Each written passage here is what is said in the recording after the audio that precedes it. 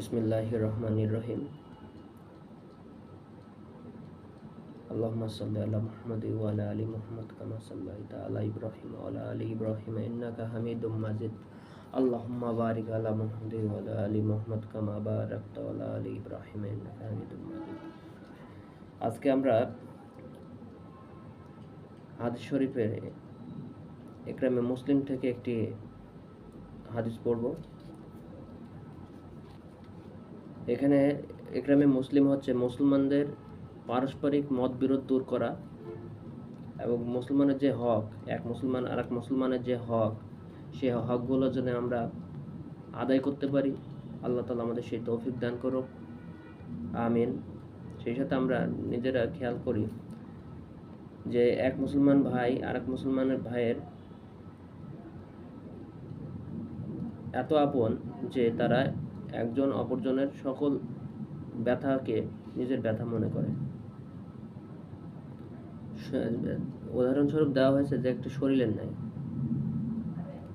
শরীরের কোনো একটি অংশ কোনো কারণে যদি ব্যথা প্রায় বা ক্ষতিগ্রস্ত হয়, তাহলে সমস্ত শরীরই কিন্তু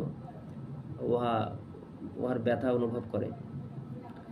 তো এই থেকে আমরা চেষ্টা করব যে আমাদের প্রত্যেক মুসলমান ভাই, সে দেশে বিদেশে যেখানেই থাকুক না কেন, সকলের যেন ভালো কিছু হয় এবং ভালো সব কিছু ঠিক থাকে, এই জন্য আমরা দোয়া করব। তো আমরা আজকে একটি হাদিস পড়ব।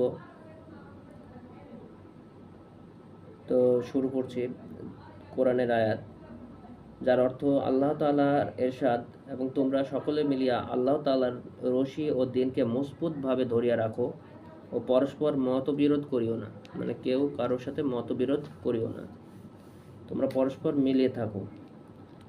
350 নম্বর হাদিসের আল্লাহ তাআলা বলেন, আমাদের সুন্দরভাবে এই হাদিসগুলোকে যেন আমরা আমল করতে পারি, এই জন্য আল্লাহ তাআলা আমাদেরকে তৌফিক দান করুন। হযরত আবু দারদা রাদিয়াল্লাহু তাআলা আনহু বর্ণনা করেন যে রাসূলুল্লাহ সাল্লাল্লাহু আলাইহি ওয়াসাল্লাম ইরশাদ করিয়াছেন, আমি কি তোমাদিগকে নামাজ, রোজা ও সদকা, খয়রাত হইতে উত্তম মর্তবার জিনিস বলিয়া দিব না? সাহাবায়ে কেরাম রাদিয়াল্লাহু তাআলা আনহু আরজ করিলেন, অবশ্যই ইরশাদ করুন।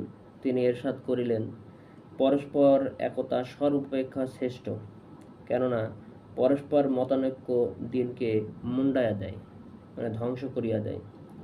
অর্থাৎ যেমন খুদ দ্বারা মাথার চুল একেবারে পরিষ্কার হইয়া যায়, তদ্রূপ পরস্পর লড়াই ঝগড়ার দ্বারা দিন খতম হইয়া যায়। তিরমিজি শরীফের হাদিস। এখানে খুবই গুরুত্বপূর্ণ বলতেছে যে নামাজ, রোজা, দান, সদকা উত্তম মর্তবা, এগুলো আমরা যেন খুঁজে খুঁজে আদায় করি এবং নিজে যেমন আদায় করব, অপর ভাইকে এটা আদায় করতে সহযোগিতা করি। তাদেরকে বলি, ভাই আমরা নামাজ পড়ি না, আমরা নামাজ পড়ি, আমরা আল্লাহকে বেশি বেশি ডাকি।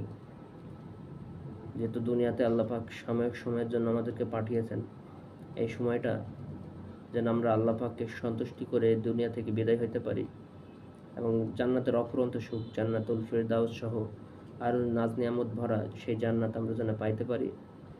আল্লাহ তাআলা আমাদের সকলকে এটা পাওয়ার তৌফিক দান করুন, আমিন। এবং সবাই যেন দিনদার পরহেজগার এবং আল্লাহওয়ালা হয়ে যায়, সেই তৌফিক দান করুন, আমিন।